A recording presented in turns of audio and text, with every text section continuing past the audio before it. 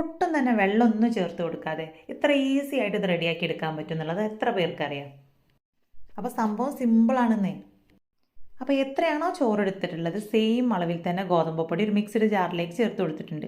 ഇതിലേക്ക് ഒരു അല്പം ഉപ്പും കൂടെ ചേർത്ത് കൊടുത്തതിന് ശേഷം എല്ലാം കൂടെ നല്ല രീതിയിലൊന്ന് മിക്സ് ചെയ്തെടുത്ത് മിക്സിയിൽ പൾസ് മോഡിലിട്ടിട്ട് നല്ല രീതിയിലൊന്ന് 2-3 പ്രാവശ്യം അടിച്ചെടുക്കാം. അപ്പോൾ ഈ ഒരു രീതിയിലാണ് കേട്ടോ കിട്ടുന്നത്.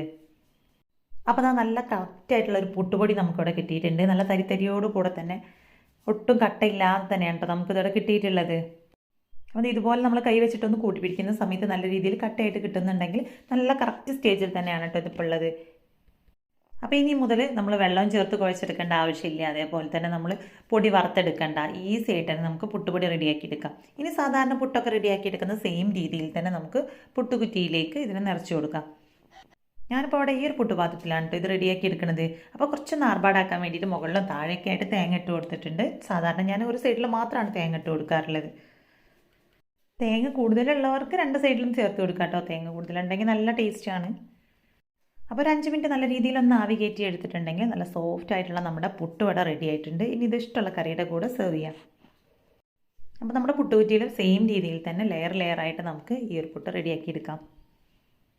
അപ്പോൾ ഈ ഒരു വീഡിയോ ഇഷ്ടമായിട്ടുണ്ടെങ്കിൽ ലൈക്ക് ചെയ്യുക.